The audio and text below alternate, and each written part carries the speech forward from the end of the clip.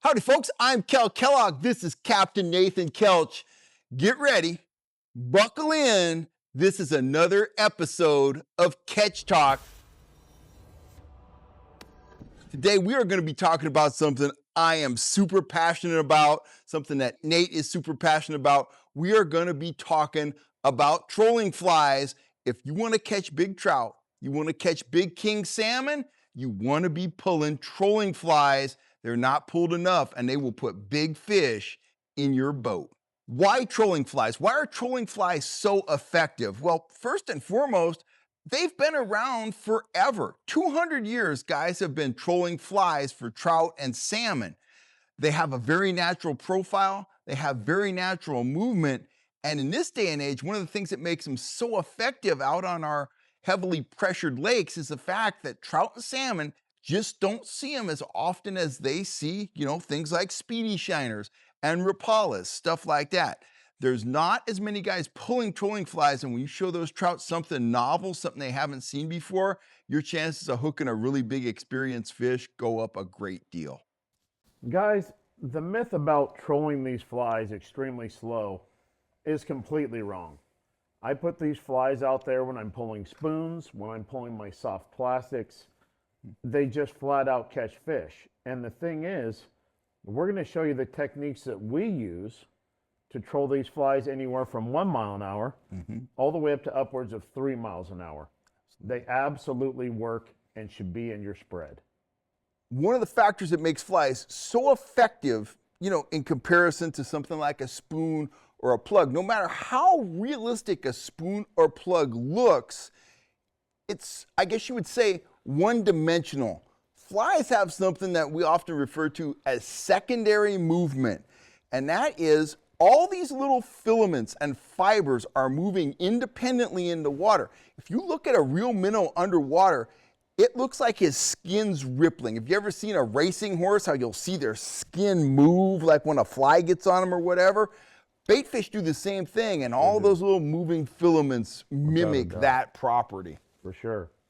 And just to kind of piggyback on top of Cal, these flies with all these filaments, different colors. We have the shine, we have a little dull, some are subtle, some are really bright, extravagant, crazy colors that work not only in a dirty water, but in crystal clear water. We have different patterns. We're going to show you those flies and show you how you put more fish in the box. So Nate and I, we definitely do some crossovers in the fisheries we fish. I hit Folsom, I hit some of the big deep reservoirs. But, much of the time, I like to chase that cold water up the Sierras. As it starts to get warm in the valley, when Nate is dropping down 80 feet on the downrigger, I'm going up to 5,000 feet. He's cheating. I'm not cheating, but I love to use my hybrid lead core rig. And I'm going to say, probably day in, day out, 80% of the time, I am pulling my trolling flies on the hybrid rig. I'm pulling it on an 8-pound test leader. I've got the action disc running right on the nose of the fly. No bobber stop. No bobber stops. Right there, right on the nose. And, anywhere from 1.8 to about 2.5, that's my speed range. But I'm going to break you guys off a secret. But by the way, that pink and white fly right there, that got me my biggest trout on a guide trip, 13-pound trout at Collins Lake. Oh my God. But anyway, that's a whole nother story.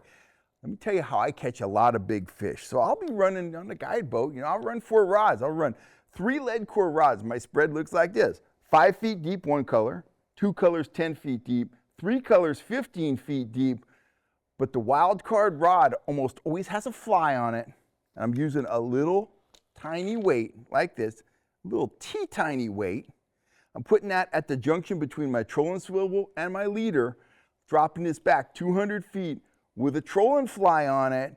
And I can't tell you how many big fish we've caught on this. And it doesn't have to be a giant fly.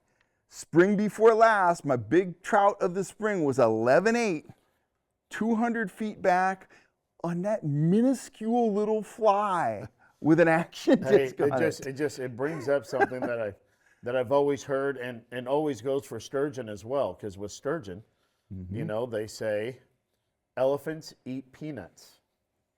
Okay? Yeah, I catch a lot of big fish on small flies, on small spoons, small presentations. It's amazing.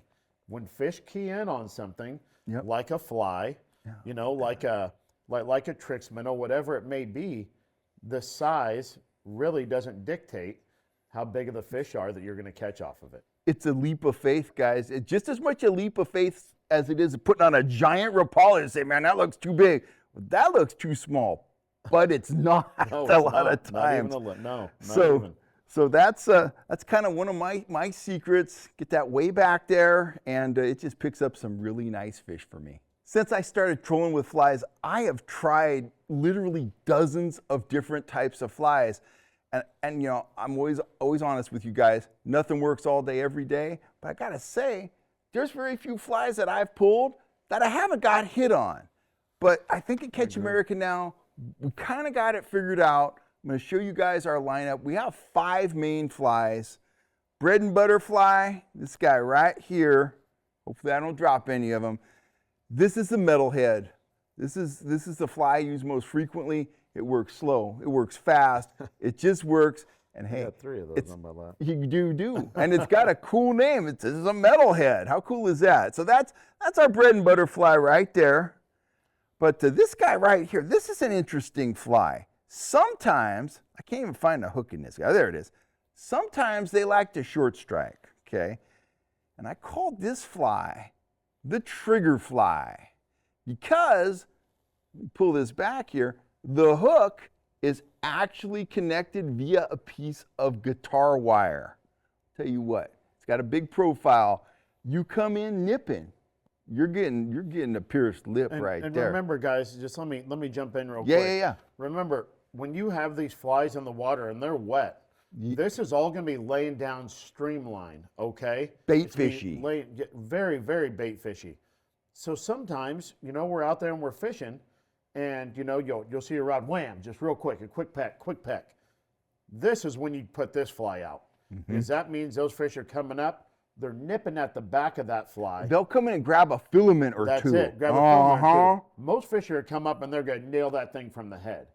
But sometimes when they get finicky, using a fly like this one, with the hook way far in the back like that, that's going to get the hook up for you. That's the mess around and find out right there. That is the mess around and find out and end up in my box. Yes, exactly. That's what'll happen there. Those, if you just had those 2 flies, you're good to go. Yeah. But we got 3 other ones to talk about. This one I'm super passionate about. I spent a lot of time fly fishing. You know the woolly booger name. Yeah, absolutely. Well, I mean, it's a classic. It's a classic. It's a classic. But it's a classic in brown, black, and olive. Man, we got them in some of the boldest colors you've ever seen. Just some absolutely outrageous color, you know, combinations. They all work. You know, whatever your favorite combo is, we probably have it. Enough said. We call it a trigger booger, by the way, because we've got those cool colors. Last 2 flies. This guy, this is a big boy here. We call this the Apollo. Metal head on steroids. It's big, it's bold. This is the final fly that everybody should have in their box. This is kind of the ultimate. This is a tube fly. I'm trying to get it off the card without getting it in my finger. It's kind of challenging, to be honest, because I'm all hooked in the line. And it's got 3 hooks on it. It's got a treble hook on it, which Nate hates, but that's okay. I've never been a treble hook guy. He's not a treble hook fan. No. Okay, here's the deal. Not. I got enough off to show you. This fly is tied on a tube. It slides up and down the line. That enables me to tie on a treble hook. I put a couple beads in there to get the hook back. Got a treble hook. Again, run the action disc right on the nose. Tube flies. Not a lot of guys know about tube flies. World War II, They couldn't get the long-shanked hooks in England, so they started tying flies on metal tubes. Ours is tied on a plastic tube. Absolutely deadly, guys. It just works. Well, there's a time and a place for everything, especially for a treble hook. And when you have the tube set up like this with sliding parts and whatnot, the treble hook will definitely dominate over the side wash. There's no doubt about it. Don't show that to a fly fisherman. They will shame you. They will look at you in total disgust. I'm not lying. Anyway, that's our 5 main flies. I wouldn't be underwater without all 5, but if you're going to just get one, get that metal head, get in a few different colors, and get out there after them. That's it. So, guys, I'm just going to jump right in. I'm going to tell you my 3 favorite flies to run at Berryessa. Berryessa is a predominantly shad lake. We have threadfin shad, which probably 80% of our population of bait fish is. And then we also have some pond smelt, and then we have some silver side shiner. But for the most part, we're looking at shad, okay? So my 3 favorite flies out there are, of course, going to be shad patterns. I really love the metalhead. The metalhead's my favorite fly out there, period. This one is a white with a very, very shiny tinsel. Hopefully you can see that on there, but it's very shiny tinsel. Okay, it's about 1.5 inch profile, which is a very, I'd say, average size. Average size, shad, yeah. Right? Yep. So it matches it really, really close. The next one, it's the same style fly. It's a little thicker, a little bit more gray tone in there. Now, you can use this in definitely more clear water, okay? Or you can even run it in a very dark water. I won't say dark, I'll say cloudy. Because dark profiles are going to show up really well in cloudy water, you know, and fish, they have to be able to find something, okay? So this is still a shad pattern.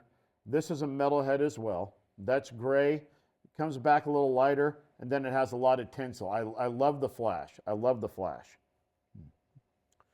But my number one most favorite fly out there is, I believe we call it a white shad, maybe a white/black shad.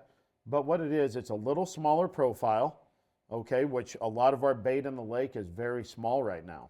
So it's a metalhead as well. It's white, has a little bit of tinsel, but if you look, these little phalanges, they're not hair, okay. These are more rubber, but when you use it with an action disc, these things are just wiggling and going crazy in the water, okay, and they're striped a little bit, almost like a zebra. This fly just flat out catches fish. It's definitely my favorite. I love all 3, but if I had to choose one, this would be the one that I choose, and this is in my arsenal as often as I can get it in there. And the size on that's just perfect, guys. You think about those Eagle Lake trout, a big trout, you get a golf ball in their mouth. You can just engulf that thing. It's just breakfast, baby. And they do. And they do. When we're using these flies, guys, it's a lot like using our tricks minnows.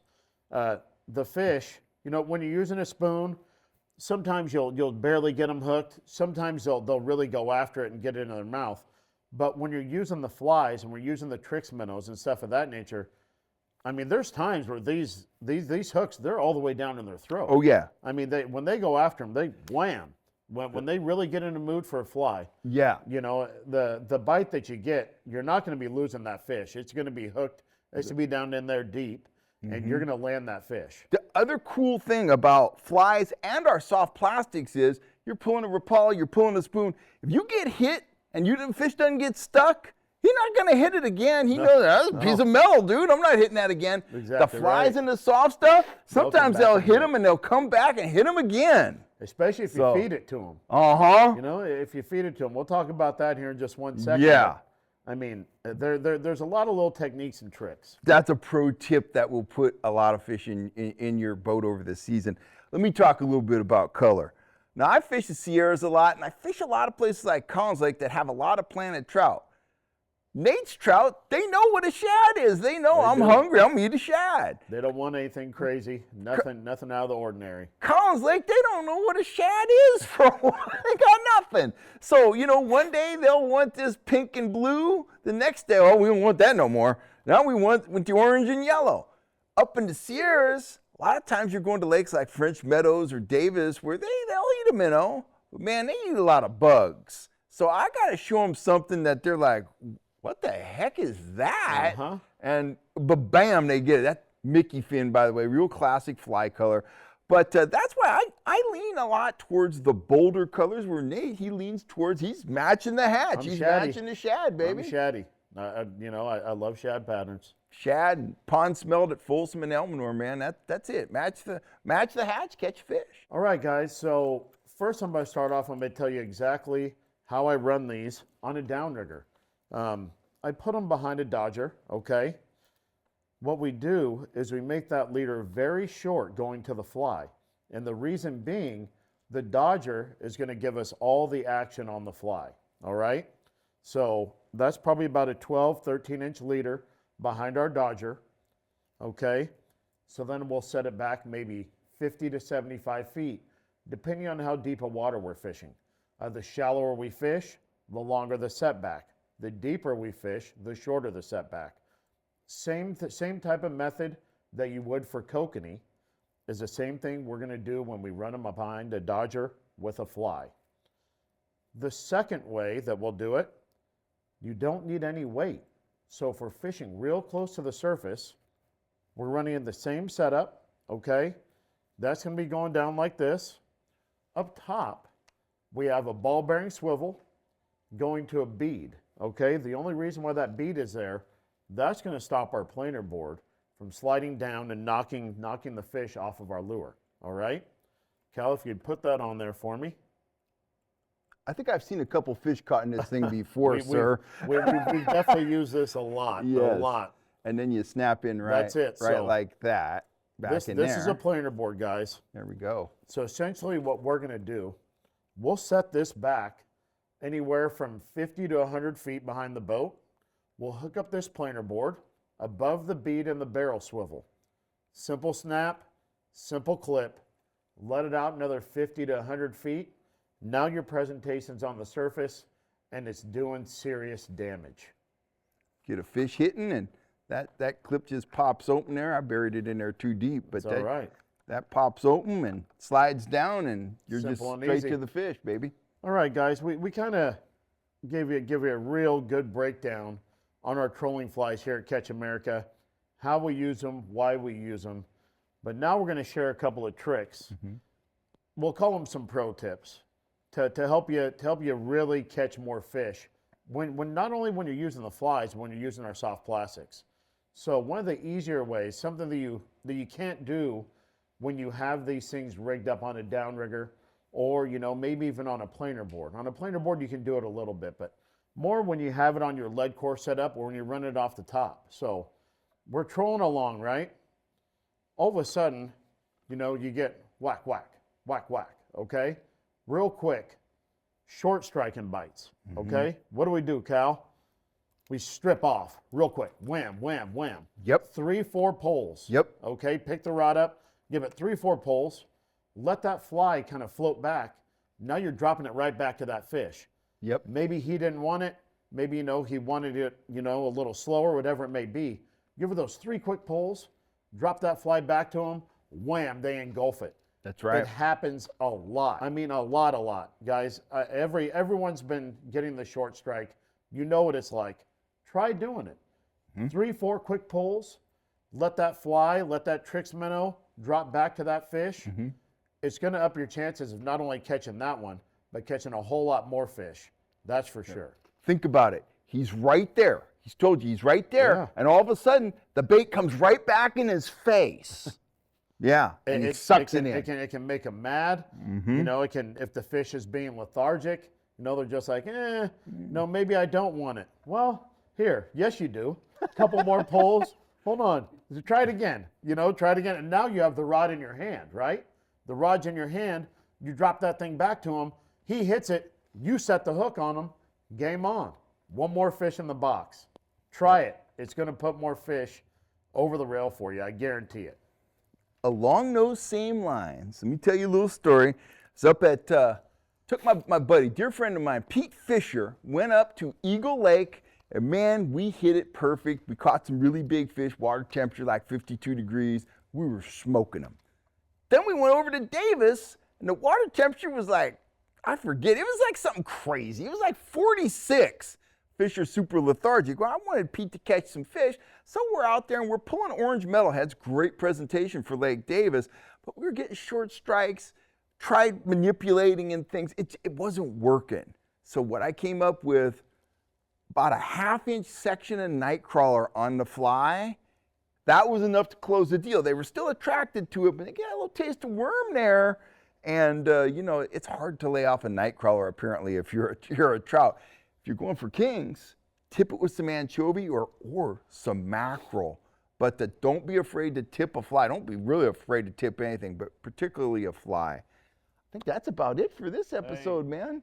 Guys, check out our flies. If you're not using them, you should be. And you're probably not catching all the fish you should be catching if you're not. Give them a chance to work. They may not work the first day, but give them a chance, and you're going to be a believer, man. Put one in the arsenal. Yeah. Trust me, you're going to catch fish on it. You'll be thinking this later. That's why we have a 2-rod sticker. Run a fly. Very true. Okay. Thanks for tuning in, guys. Catch you next time. Yes, you will. Catch talk. You bet.